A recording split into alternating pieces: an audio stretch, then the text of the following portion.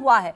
बड़ी खबर बता दें, इसी बीच प्रधानमंत्री मोदी ने गाजा में जो अस्पताल पर हमला हुआ है उसे लेकर दुख जताया है। बड़ी खबर आपको बता दें, प्रधानमंत्री मोदी ने गाजा में अस्पताल पर हमले होने को लेकर दुख जताया है। हमारे वरिष्ठ सहयोगी प्रशांत हमारे साथ जुड़े हुए हैं। प्रशांत जी, बड़ी बात यह है, देखिए गाजा में जो अस्पताल पर हमला हुआ है हर जगह से इसे लेकर किरकिरी हो रही है। प्रधानमंत्री मोदी ने भी इसे लेकर दुख जताया और इसी बीच जो बाइडेन पहुंचे हैं मुलाकात करने के लिए। क्या इस पर चर्चा होगी?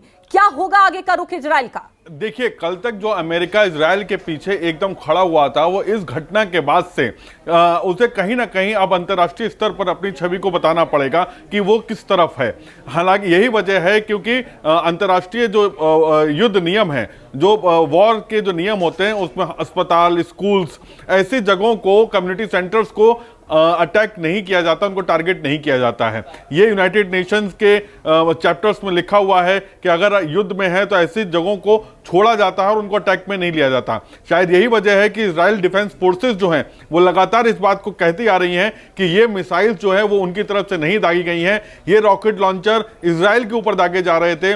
पहले कल तक हमास का ऊपर नाम लगाया गया और अब ये बताया जा रहा है कि हमास का ही सहयोगी संगठन है फिलिस्तीन इस्लामिक जिहाद, उनके लोगों ने ये दिया है। एक ऑडियो क्लिप भी जारी की गई, सैटेलाइट फुटेज जारी की गई हैं और शायद ये सब चीजें जो हैं वो अपनी फेस सेविंग के लिए है, क्योंकि जिस तरह से पैलेस्टीन, जॉर्डन और बाकी के जो ईरान, इन सब लोगों ने जिस तरह से आरोप लगाए हैं, वो घेराबंदी की जा रही है ईरान की, वो माफ करिएगा इजराइल की, कि इजराइल जो है वो आम नागरिकों को टारगेट कर रहा है। हमास के खात्मे के नाम पर इजराइल में जो आम लोग रहते हैं, जो पब्लिक रहती है, जो जनता है, जिसका सब चीजों से कोई लेना देना नहीं है, उनको टारगेट किया जा रहा है। मासूम बच्चों को टारगेट किया जा रहा है, महिलाओं को टारगेट किया जा रहा है। तो अंतर्राष्ट्रीय स्तर पर इस समय एक दूसरे को फेस ऑफ करने की कोशिश की जा रही है कि किस तरह से उसकी छवि को खराब किया जाए। तो इसको लेकर अमेरिका में जाहिर सी बात है, जब वो राष्ट्रपति जो बाइडेन जब यूएस से जब चले थे इजराइल के लिए, तब ये घटना घटी है और अब आज वो पहुंचे हैं। तो इस समय तक उनके चलने से और पहुंचने के बीच में परिस्थितियां बहुत चेंज हो चुकी हैं। अब इसको लेकर क्या नई रणनीति होगी, इजराइल अपना किस तरह से पक्ष रखेगा, और अमेरिका के राष्ट्रपति जो बाइडेन के पहुंचने से पहले इजरायली डिफेंस फोर्सेस ने लगातार इस बात पर हमला किया है कि ये जो अहली अस्पताल पर, अहली सिटी अस्पताल जो है गाजा सिटी में, उस पर जो हमला हुआ है उसका इजराइल से कोई लेना देना नहीं है। तो ये एक दूसरे के ऊपर आरोप प्रत्यारोप का दौर चल रहा है। हालांकि ये चीजें खुलकर सामने आ जाएंगी बहुत जल्द कि किसके रॉकेट से और किसकी मिसाइल से ये अस्पताल पे जो अटैक किया गया वो किससे हुआ है, इस पे बहुत देर तक छुपा नहीं रहेगा। लेकिन अब इस घटना के बाद से इजराइल कहीं ना कहीं अंतर्राष्ट्रीय स्तर पर अपनी छवि को सुधारने की कोशिश करेगा। वहीं तमाम देश, तमाम वो देश जिनके नागरिक इस पूरे युद्ध जोन में, इस वॉर जोन में जो फंसे हुए हैं, उनको किस तरह से निकाला जाए, इसको लेकर भी चर्चा होगी। क्योंकि ये कहा गया था कि इजिप्ट की तरफ से एक रास्ता खोला जाए, रफा का गेट खोला जाएगा और वहां से जो विदेशी नागरिक उनको निकाला जाएगा। युद्ध विराम करने की बात की गई थी, ये 2 दिन से बात चल रही थी, लेकिन इस पर सहमति नहीं बन पाई थी। तो क्या जो बाइडेन के पहुंचने के बाद से इस पर सहमति बनेगी? क्या इजराइल वहां पर युद्ध विराम को लेकर अपने आप को तैयार करेगा? क्या वो जो तमाम विदेशी नागरिक गाजा में फंसे हुए हैं उनको इजिप्ट के जरिए बाहर निकालने की कवायद शुरू हो पाएगी? क्योंकि ईरान और इजिप्ट ने इस बात कहा था कि हम राहत सामग्री भेजना चाहते हैं गाजा के लोगों के लिए, जो गाजा में जो अस्पताल में जो मरीज हैं उनके लिए राहत सामग्री भेजना चाहते हैं, खाने पीने का सामान भेजना चाहते हैं। लेकिन इस पर इजराइल ने का कहना था कि खाने पीने और राहत सामग्री के नाम पर वहां से हथियार या फिर लड़ाके आ सकते हैं, इसलिए वो किसी भी तरीके के युद्ध विराम में नहीं जाएगा। इन विषयों पर भी चर्चा होगी। आप हमारे साथ बने रहिए। इसी बीच बड़ी खबर बता दें, अमेरिकी राष्ट्रपति बाइडेन का जॉर्डन दौरा रद्द हो गया है। गाजा अस्पताल पर हमले के बाद यह दौरा रद्द हुआ है। मिस्र फिलिस्तीन के राष्ट्रपति से भी मुलाकात रद्द हो चुका है। तस्वीरें आपको दिखाई,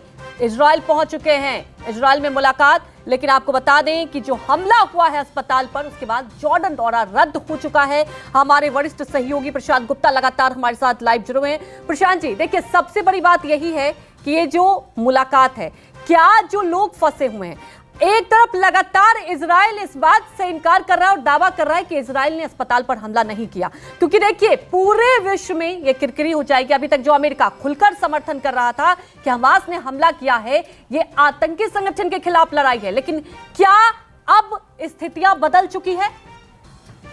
देखिए, ये जो कल घटना घटी है रात में, उसके बाद से ये स्थितियां जरूर परिवर्तन हुआ है, क्योंकि पहले सभी विदेशी नागरिकों को छोड़ने के किस तरह से निकाला जाए वॉर जोन को लेकर, इसको लेकर कवायद चल रही थी।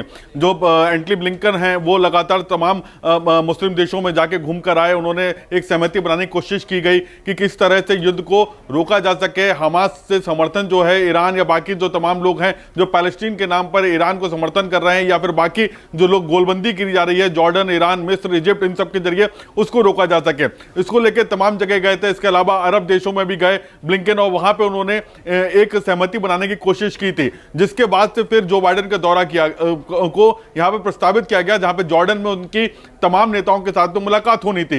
लेकिन इस बीच में एक अस्पताल के ऊपर अटैक होता है और जहां पर 500 के करीब लोग मारे जाते हैं, वो निर्दोष लोग जो कि अपना इलाज करवा रहे थे वहां पर, जो कि इस युद्ध जोन में कहीं ना कहीं घायल थे, हमले में कहीं ना कहीं उनको चोटें आई थी, और उस अस्पताल में जो कि खचाखच भरा हुआ था, वहां पर अगर अटैक होता है और 500 के करीब लोग मारे जाते हैं, तो कहीं ना कहीं अब सबके लिए रणनीति बनाना बड़ा मुश्किल होगी कि आगे की रणनीति किस तरीके से की जाए। क्योंकि अभी तक तो ये बात चल रही थी कि निर्दोष लोगों को बाहर निकाला जाए, राहत सामग्री पहुंचाई जाए, जो विदेशी नागरिक फंसे हुए हैं उनको बाहर निकाला जाए। लेकिन अब स्थितियां यहां पे बदल चुकी हैं। अब दोनों तरफ से आर या पार की लड़ाई की शुरुआत हो चुकी है, और आज ओपेक कंट्रीज की नेताओं की मीटिंग भी है, उसमें भी ये मुद्दा उठेगा। ईरान ये पहले ही बोल चुका है कि अगर इस तरीके के हालात बने रहे और अगर निर्दोष लोगों को टारगेट किया गया तो फिर मुस्लिम देशों की सेनाएं भी इस युद्ध में आगे आएंगी। बिल्कुल, अब यही देखने वाली बात है, एक तरफ ईरान की नजर, दूसरी तरफ ये दौरा बेहद ही महत्वपूर्ण। आगे क्या कुछ रुख होगा, लगातार आपको अपडेट देते रहेंगे। हमारे साथ जुड़ने के लिए आपका शुक्रिया। रुक जाते हैं एक छोटे से ब्रेक के लिए, जल्द